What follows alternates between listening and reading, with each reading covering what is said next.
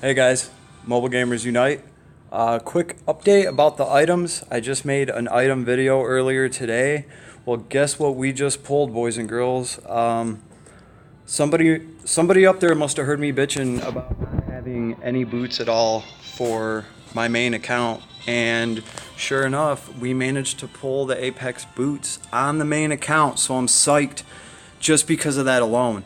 And it's the last day that this banner's up. So I'm putting the word out there. These things are dropping. Not only did I pull one pair, I pulled two. I pulled one on my alt, and then I pulled this. So really psyched about that. We've talked about this pair of boots, how good they are, how important they are for so many builds. Best in slot for a lot of things. They're going to give you attack, mobility, more attack, and some magic defense. And they just look cool, man. Like, is that a little Nike symbol? Right on the, yeah. They're just sweet looking boots. They just look like, I don't know, they look cool. All right, I would rock these things, especially if they gave me +1 movement. Anyway, the other thing that I managed to get today is Vidar's Rose. Is that what it's called? Vidar's Rose. Yeah, Vidar's Rose. This thing's nifty too. It gives you good intelligence, which is great, and then when attacking, 30% chance to dispel one buff from the enemy. Now this is just at 3-star, okay? But anything that lets you get rid of debuffs is just effing awesome, okay? Like, some of the bosses that we fight and shit are just, like, they will do an attack on you, and then they will get, like, 8 different buffs. So something, like, some of these bosses we fight are fucking jacked, and the best thing you can do is try to debuff them all you can every turn. Now, there's a lot of skills that characters have and attacks that can debuff people, but they have cooldowns and stuff like that. So this gives you something to kind of go around that. And even if it doesn't get rid of all of the debuffs that the enemy has, not debuffs, buffs. Even if this doesn't get rid of all of the buffs that an enemy has, sometimes all you have to do is get rid of one of their buffs to survive. So this can be a game changer. You know, there's bosses out there that get like some crazy 40% of their attack and shit. And if you can get rid of that, it's a lot better chances of surviving that fight, at least for that turn. So I'm psyched I got this thing. And we're going to talk about gambling for items, because that is how I got Vidar's Rose. And it's right here in the store. Now, we might have covered this before a long time ago. I know different YouTubers have talked about this and what to do and what not to do. Some of the more prominent YouTubers out there I've heard say, hey, don't get any of these weapons or armors, just get the epic martial spirits. And I kind of get that. I completely understand, okay? My point of view on it is, if I have all the items that I want for the builds that I want, sure, the epic martial spirit is the only thing to get. It makes sense. On the other hand, if there's still gear that I don't have that I want or I need, like for instance this bow that gets rid of melee penalties, then yeah, I'm gonna keep rolling on the damn weapon to try to get the one that I want. Now don't get me wrong, after I get that bow, yeah, I'm going to stop rolling for items. I'm only going to be getting the epic martial spirits until maybe some new items drop or something like that. So it's all up to you. It's all on what you want to do. But how I got Vidar's Rose today was actually over here in the honors.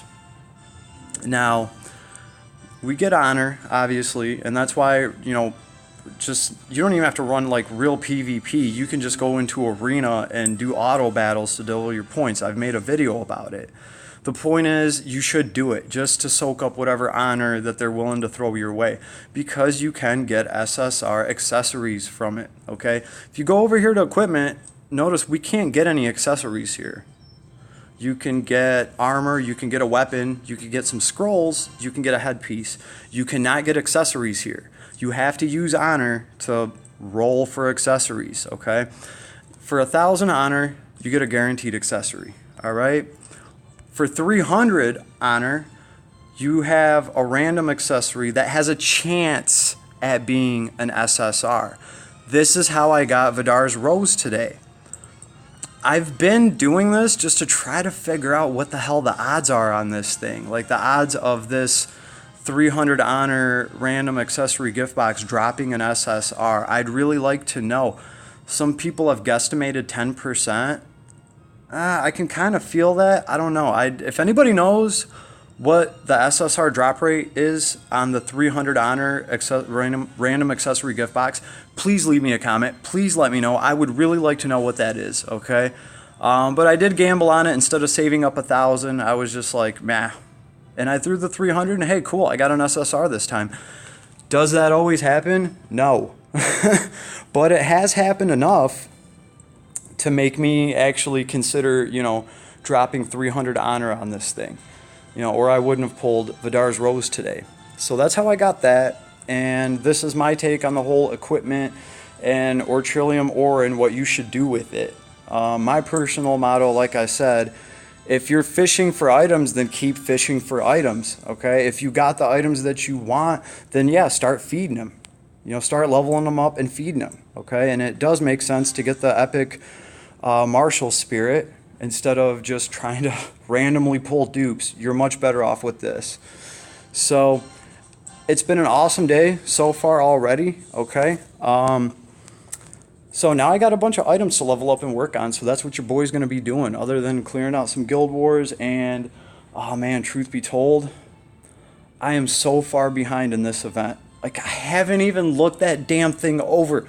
There's a movie theater and some other shit over there, and like, the whole system where it's like this one's plot and then this one you can repeat, and then, guys, honestly, I've ran it, and I just found like a level that was relatively easy for me to just put a bunch of bonus characters in there and autopilot it.